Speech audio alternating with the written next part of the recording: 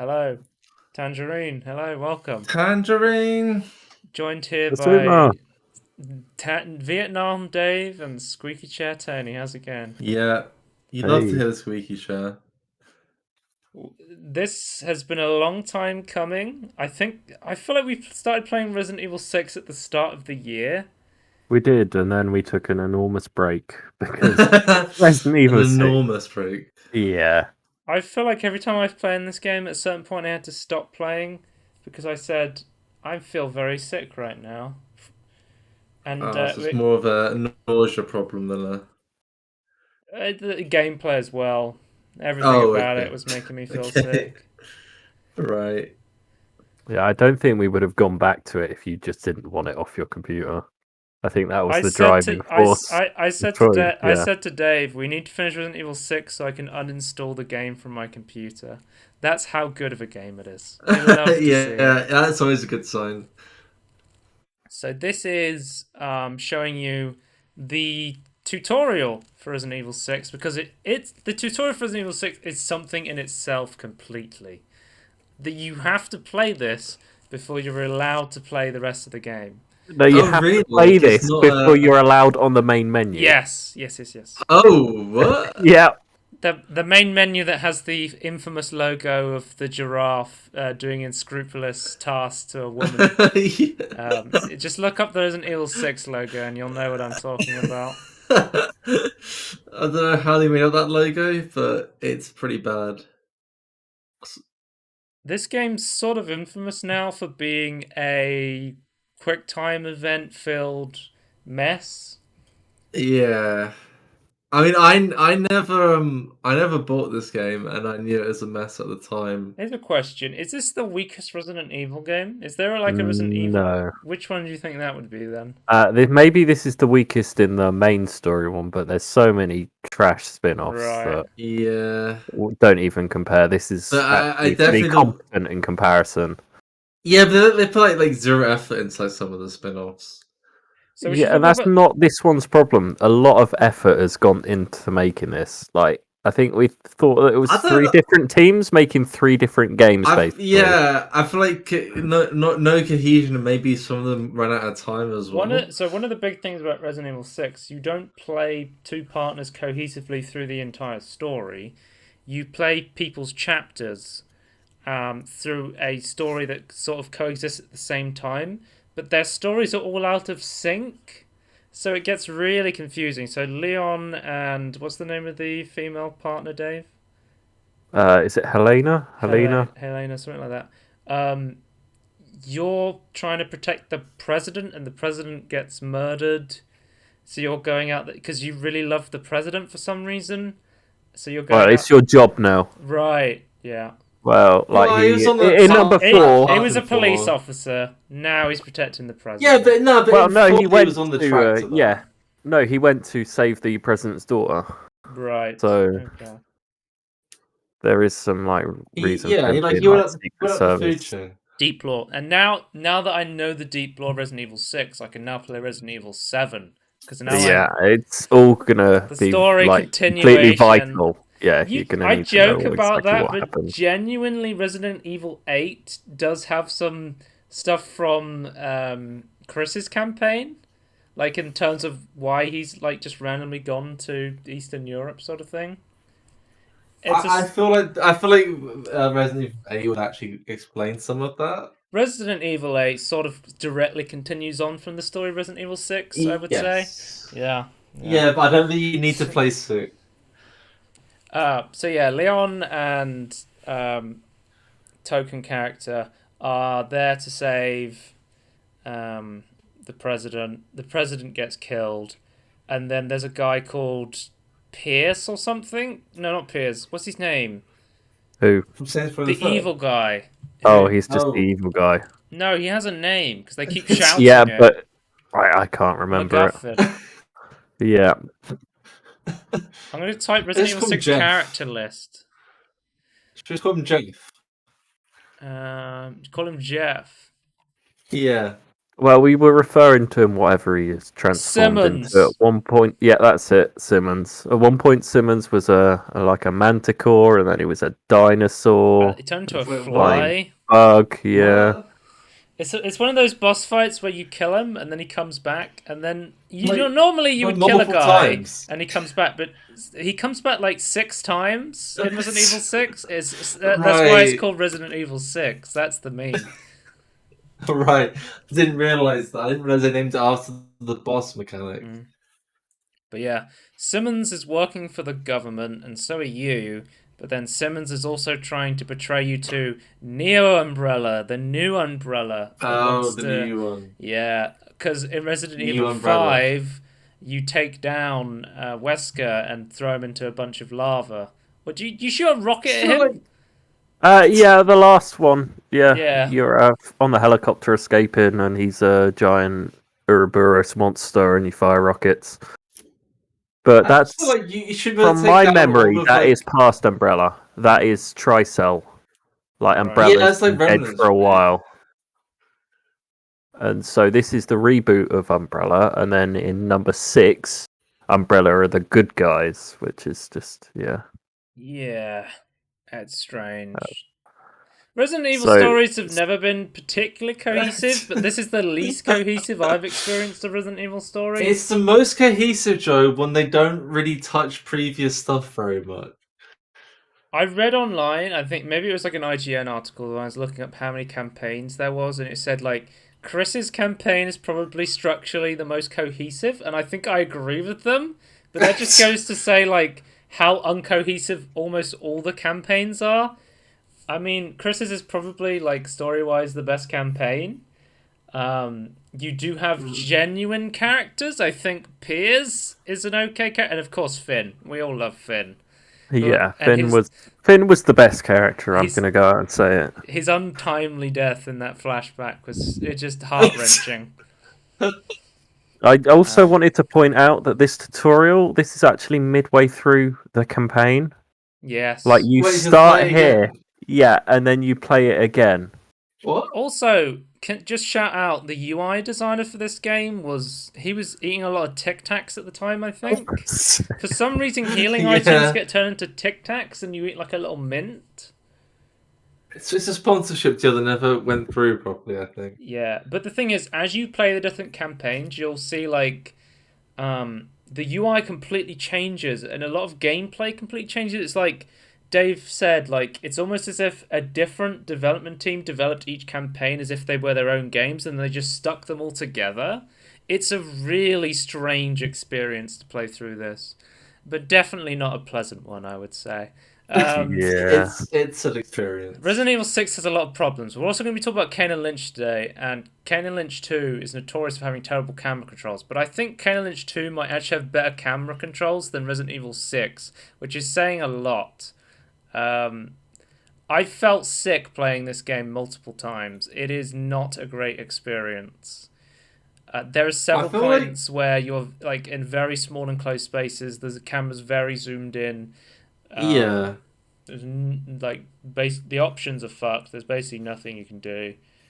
I think from spectating, I think like Kane Lynch is worse, but yeah, I No, can kind of you see it need being to worse. play it. Yeah, I've seen like it is Like different. It is different. Kane and Lynch, it's Play. consistent. This is not. You will It's have all over the place. tank control sections. You will have like Yeah, that's fair.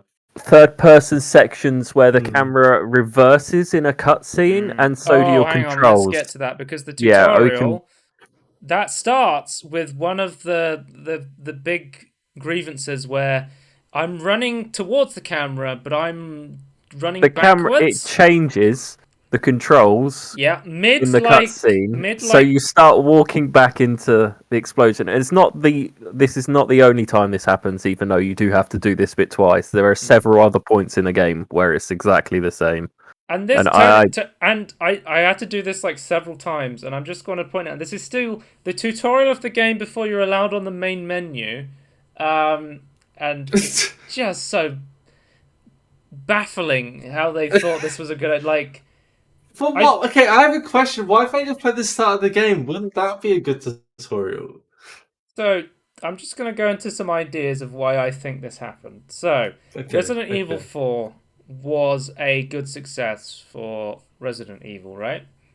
And Yeah, Resident it's like Yeah. it became massive. Like it became massively successful. What I um, understand. Resident Evil, usually what they do is they put out like a good game, but they really like to experiment. Like they like to try new things. And Resident Evil 5, they tried co-op, and not everyone liked it. But No, some that was very people, divisive with yeah, the fan base. some people really liked it, and then some people really hated it. It was quite, um, yeah, divisive. Um, but I think what A happened, lot of the hatred of five, I think, was the story though. I think what happened was they were like, oh shit, people loved 4, but 5 was decisive. Let's put every trend from 2013 into a game. But in 5, we established Resident Evil as a co op game, so this one has to have co op.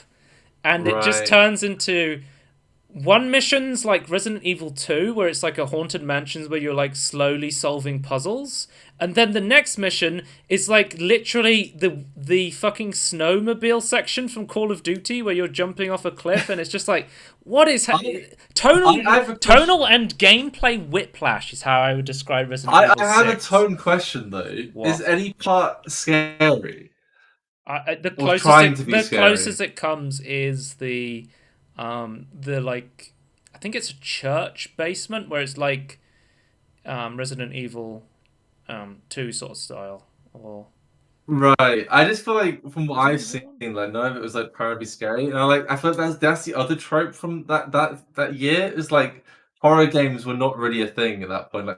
Like big publishers were saying things like, "Oh, horror games that won't sell," Mm. and now we're like, that might sound silly in Yeah, so 2021, but we have horror games. because that is a good point to bring up because Resident Evil 7 is when they finally decided that Resident Evil wasn't an action game, it was actually a horror Yeah, game. So that's when they like went. 4 and 3 and 2 and 1. Because there was that whole thing when we had like the Slendermans and stuff like that, where Yeah, only indie games were doing it. yeah, people thought And horror it's was like, like dead. and publishers create like this self-fulfilling prophecy of, oh, we can't make a horror game. Mm. Uh, but yeah, some other points we should put out. Also, so all of the campaigns for Resident Evil 6 were co-op, apart from Ada Wong's campaign that was single player. Not the last one, right? Yeah, Yeah. that's So a lots lot of of. people complained about this. So they decided, okay, we'll just make Ada Wong's campaign co-op. But what they did was they made it so they added a random character, not even a named character. The character's called Agent, and basically Agent. they added nothing to the Yeah, actual. they made it co-op by doing the least amount of work possible. Basically, Good. if you play Ada's Wong campaign and you're not playing Ada Wong, you have nothing to do. You cannot interact with doors. You can't like press buttons. Like playing as They just Agent is added just a a terrible character that loads in. experience. They added like a token character just to say, Yeah. hey, it has co-op now. Please play it. So do they have any guns? It's literally just Yeah, that you yeah, do you can nothing. shoot, you can crawl around on Okay. your belly, because that's an interesting Okay. mechanic from Resident Evil 6. Stamina system as well. That's great. That's- But Flash. Right. you can't interact with any doors, anything to progress the mission. You're Flat. absent from all the cutscenes. Yeah. If Dave like runs ahead of me, I was playing as Ada, and literally he would just have to stand around waiting for me to play the game, like me to shoot the grappling hook, me to press the button. Like it is co-op in the least amount of co-op you can have to call it co-op, and I think that's Right. saying too much that it is co-op at that point. It's not. You're watching someone else play basically in the Ada 1 campaign, but. I wanted to finish all the campaigns of Resident Evil 6 because I wanted to get it off my computer and never have to play it again. Would I recommend Resident Evil 6 to anyone? No. Please do not play. It's not one of those games where I'm like, it's so strange you just have to experience it. I feel like it's one of those games where I'm like, just don't even touch this. It's from what from what I've seen, it's funnier to watch people play than Yeah. to play it yourself. Well, there's points where it's like I feel like early Leon's campaign I was having all right fun, but then it's so inconsistent that even if you had fun for like a mission, it's never long enough for when you go to the bullshit where you just have to put up with all this other crap where it's just like it's just not worth playing, honestly. Like um I don't know, how do you feel about it, Dave? Um, I'm still pretty angry about it because I first bought it back when it came out, what, maybe 2014 for 20 quid, and yeah, that was That was some too of the much. worst. Yep, that was the worst amount of money. Well, I Wait, so pre-ordered number 5 and loved it.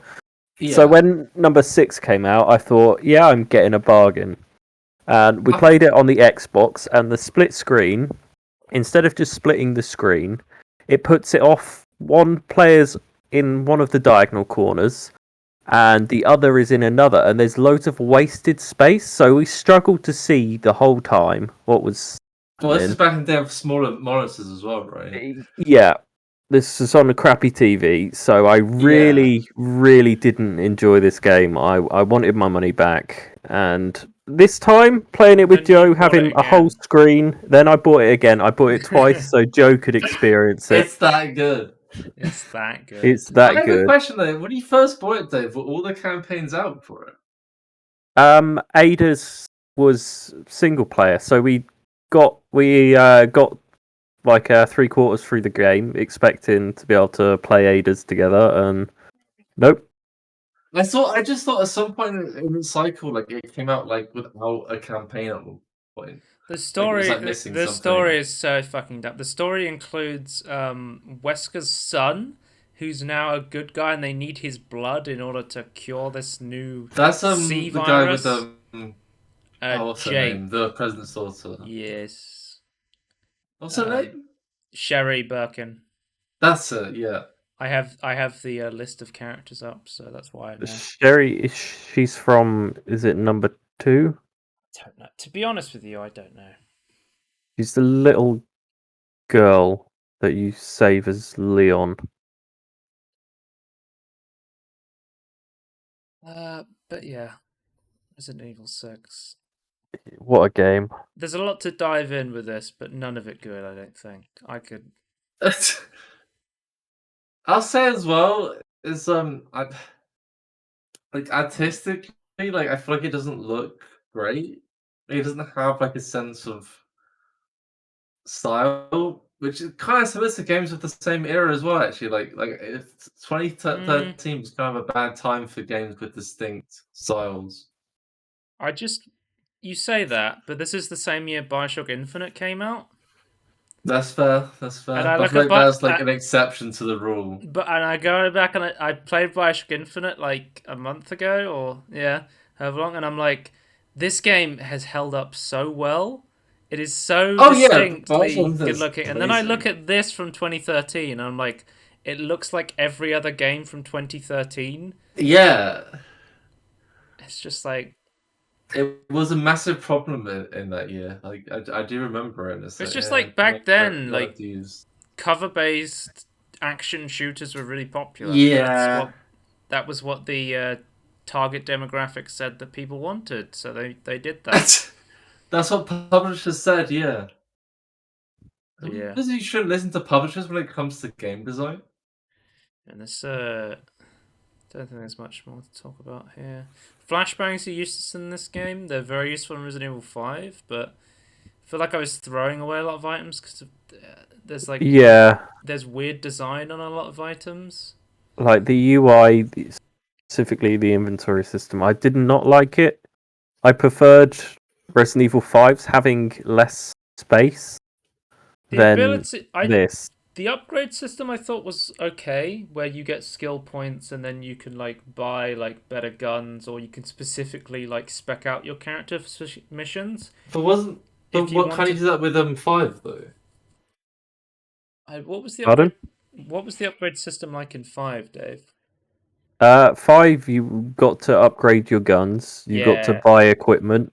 It was different. You got to buy certain ammo. On this, you you can't really do anything with your guns. You can't modify them, can you? No, but You can just buy. There's like you have like a build system where you get like yeah. piercing but you can spec it out differently for different missions, which I thought was interesting at least.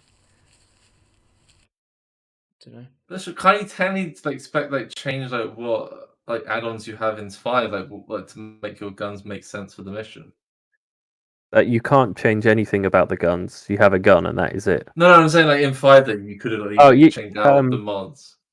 Not mods. You could. It's just upgrades, like in number 4. Okay, But you like a could single choose to color, wear right. like ballistic armor if you were Right, getting right. shot at, or melee vests if they were like early game and they're coming close to you. But that's Okay. that's the one thing positive I said Resident Evil 6. There was like perks specifically against certain types of zombies that you could opt into, but it wasn't like you had to. It was more so like if you wanted to. There was still like just pure, body armor upgrades, guns do more damage upgrades. I thought that was interesting at least. But we'll move on and talk about a way more interesting game, Kane and Lynch 2 Dog Days. It should have been Kane and Lynch 1. I haven't. So, background. I have never played Kane and Lynch 1. I know Nope, Dave neither really have I. liked it. And I Yep. saw that Kane and Lynch 2 was on sale on Steam. And I was like, it's like 90p. Yeah, it was ridiculously It cheap. was Was it less than that? I thought it was like 70p. Yeah, I think it was 70 something. it was like less than a quid. And I was like, I've never played Kane and Lynch, but it's got online co-op. So I think I got me and Dave a copy. And I said, like, let's just play through this because I know you like Kane and Lynch 1. And I really like Kane and Lynch 2 as well. I did not know what I was getting myself in for with this. Yeah. I guess part of the story was I played it with another friend after you Yeah. guys had completed it, and oh my god, There's was it an some really experience. interesting artistic choices in this, like the fact that it's all the camera is essentially a guy with a CCTV camera who's drunk following you around is an interesting Yeah, but it's choice. not a real character though. I also love that the beginning of like the loading screens are actually like story dialogue, and they actually get like the mobile interference sound as they go through. I thought that was such a nice touch. feel like it's as pretentious as fuck though. I think I think after playing like the first couple of levels, I was like, I feel sick. This is awful. And then Dave was like, no, play it through to the end. And after playing it through to the end, I think I have a much more positive reception to Kane and Lynch 2, like seeing the whole thing. I had the exact opposite. I thought it was okay at the start, and by the end, I thought it was hot shit. Okay, it seems we're gonna have some different takes on Kane and Lynch 2. Yeah. Yes, I think we do. So if you don't know, will we get the backstory of the first game and like why we can't play it? Kane and Lynch 1 has been taken down since I think it was maybe like the start of last year or something. People assumed they were going to do some sort of like remastering to it or something, but they just took it down and didn't say anything. So we have no idea why Kane and Lynch 1 is down from Steam Yeah, or it's just digital gone. storefronts. Yeah, it's just gone. Also, didn't you say like Kane and Lynch 2 had very good multiplayer, Dave? It had very interesting multiplayer. Like I'd never seen. Like it's the first one had it as well. I'd never seen a multiplayer like that before, where you're working as a group to complete the objective, which was usually steal money or drugs. But you could choose to turn on your team and take whatever you had for yourself. Right. So I think it's called Fragile Alliance. And then you could just go to. You could either so you would get to an extraction point, and you could either split half of the money you'd stolen with the pilot to just take you out, and then you get to keep whatever there is, or you could just kill all the other people come into it, or just wait out the clock for the pilot to go anyway. And I just thought that was very interesting at the time, and there wasn't really any other thing like it. We also want to talk about the broader story of this game, because this game's interesting because there was a huge controversy around the relationship between the developers and the publishers, where I don't know, I think you said this to me, Dave, where they were not getting along, and basically the development of this game was hell. And that sort of comes through in the hellish nature of playing through Kane and Lynch 2. He's saying the story is like a dive into madness. Yes, it's Yeah. the game is a Gaming metaphor. hell. Right, I see. Interesting. So,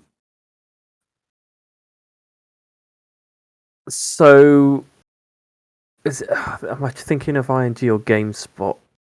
Like, because the first one, it was panned by like most game reviewers, like pretty much universally, except for one they had a advertisement deal with them, and that got someone fired from their job because they tried to.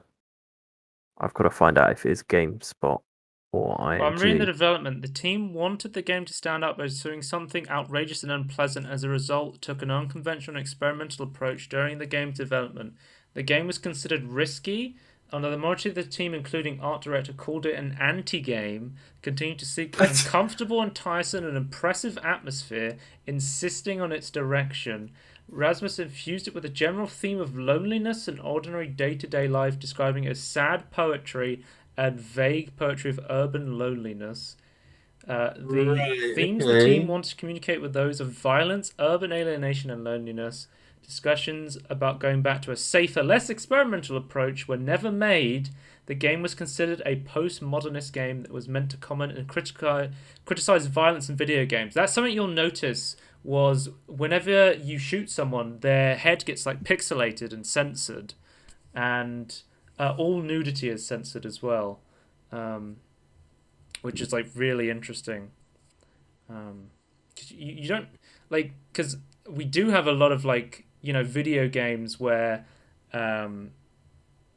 violence, you know, it's just there. You shoot someone in the head, they're bleeding, but it's like it almost makes it look more violent when you shoot someone and you have to like censor, you know, the head and the body and stuff like that. I don't know. It has that strange effect. All I'm gonna say is I consider that a very pretentious. I just found it very pretentious. Like, to me, the actual gameplay is you just shooting people. I feel like it doesn't make any good commentary on like violence in video games whatsoever, other than like superficially blurring it out. I feel like that doesn't really add any commentary you're getting to whatsoever. see some of the great. You do not have any control over the camera whatsoever. Just watching it back is just making me feel great. Oh, you did what I did. I couldn't figure out how to get over the. I remember reading a Steam review, and it was like, "Oh, you play as a GoPro duct taped to a dog or something, following the main characters," and it's just like that's very accurate. It's not completely, you know. It's pretty terrible, but it's not like terrible. It's such a weird game, but I don't think I hated it. It's only okay. The camera's only like really terrible when you're running. Like when you're moving around and normally shooting, it's bad. If you're it's not sprinting, terrible. It's fucking yeah. Awful. Thing is, I came away from playing Resident Evil 6, and I said I hated that. But I came away playing Kane and Lynch 2, and I was like, I don't think I minded playing. Like, it was really interesting, and the gameplay's not terrible. I thought it was interesting and not terrible until halfway through. Right, what was the halfway through thing that? It's the point where we just stopped shooting at cops. We just started shooting at soldiers mindlessly, and it just became really boring. Right. And it's like I feel like it completely lost what it was trying to say. I feel like we had like some sort of gritty realism. Yeah, there was I kind of liked against the police, and then versus the soldiers, it's like, oh, you steal a helicopter and you just gun everyone down. Oh, you're going through a train station, so you just gun everyone down. Like I feel like it really lost it at that point. And it was what very boring will you play it on? Because at that point in the game, the difficulty spikes up like an insane amount. Like, and we were. I don't It's meant disagree. to be extremely difficult. I don't disagree, but my favorite level was the most difficult one at least for me. It was like the one when you got pretty much nothing and you're naked. Yeah, so that's you're talking about Super Meat That's Boy. like the last good episode, last good mission. Because I think like that was a big what the fuck moment for me. Was you see it at the beginning of the game, but there's a point in Kane and Lynch 2 where I refer to it as Super Meat Boy, where these people have tortured you and just cut you open and you're just bleeding about. Yeah, And you're bleeding. You just have to run through the streets of like Shanghai, just completely covered in blood, trying to like. And the fight your police way are out. after you. Like you have to like really like try and survive. That's like the last episode where you actually properly fight the police.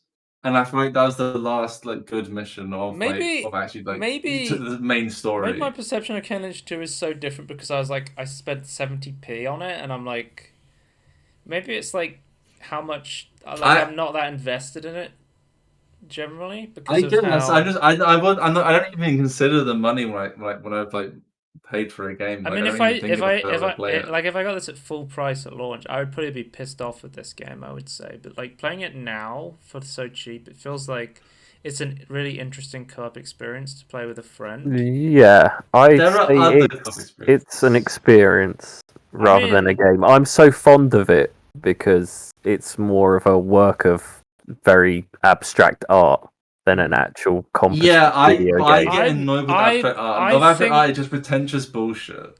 Normally, I sort of agree with Dave. It is sort of art, Kane and Lynch 2. There's so many choices that they've made to obfuscate the controls, make it... Well, yeah, none of them good. Deliberately designed to handicap the player. Right, but I can hand you a piece of shit, Dave, and I can say I deliberately did that. It doesn't make it a good thing or a piece of art in any way. It's always subjective. It is always. I agree, and I'm objectively disagreeing. But I think you're looking at it from more of just a game. Like, how good is the game? This is sold as a game. I wanted to play it as a game.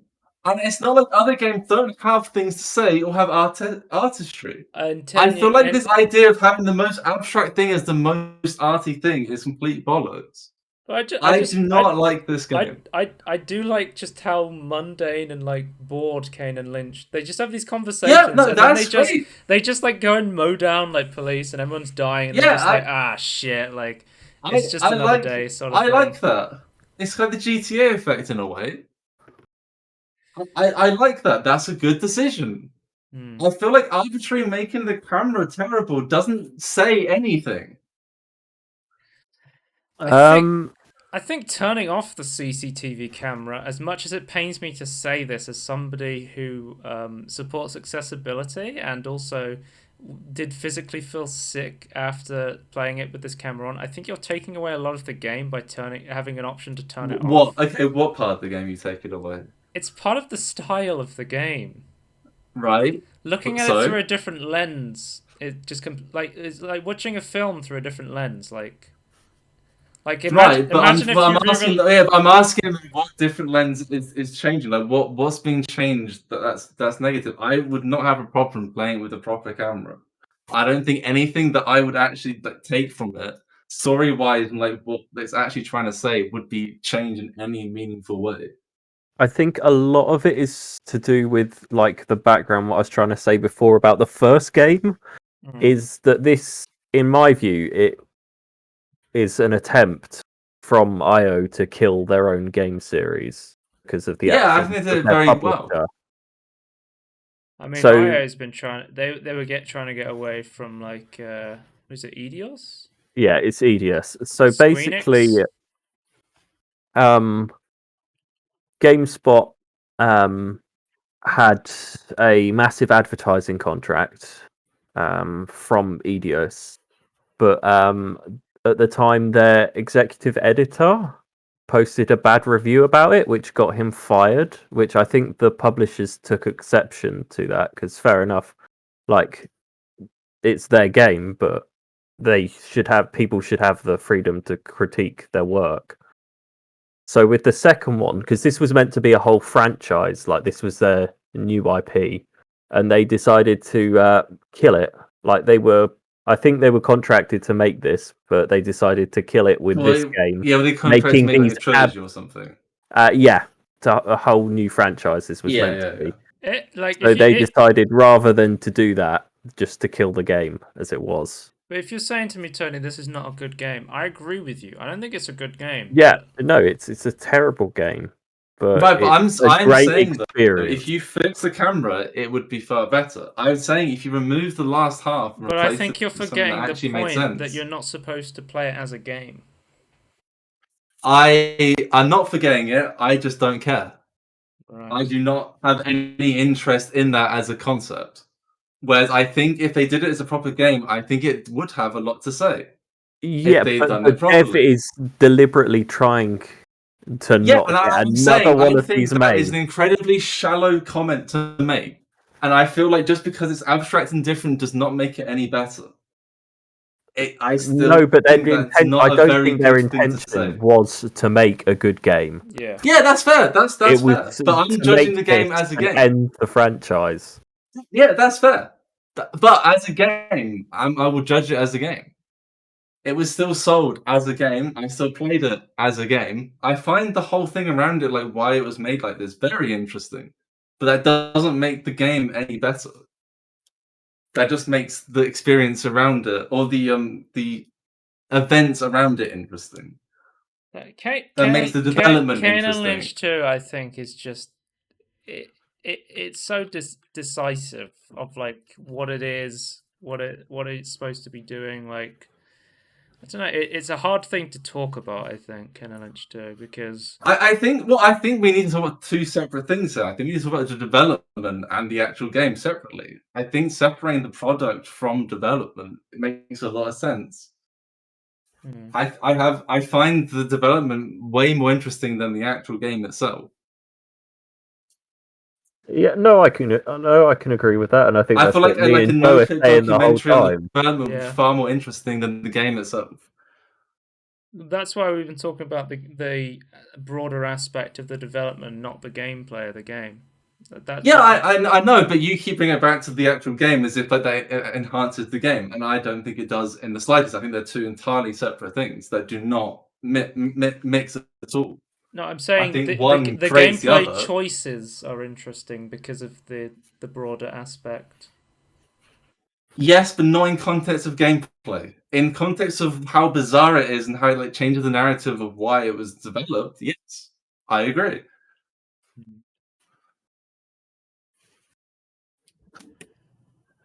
We've got. I've just running the Steam review. Somebody said it's not for everybody, and that is okay. I think that's where we'll end it.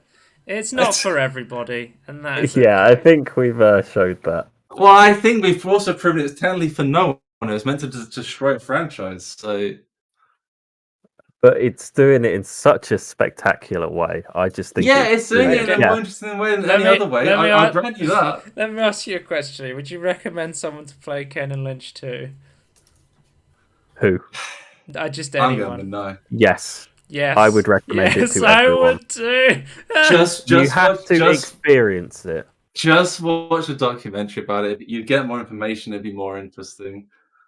Well, maybe, but you can't experience how awful. That's maybe so, but genuinely, like I got absolutely like all this information about like what happened to development. Like none of that's actually in the game. Or, I think you're gonna have to get into discussion of whether you can like experience art or just watch art and how that changes how you. That's fine, but I think there's two different art pieces. I would like to make an observation here. Yeah, Toby, you've got a lot of games that.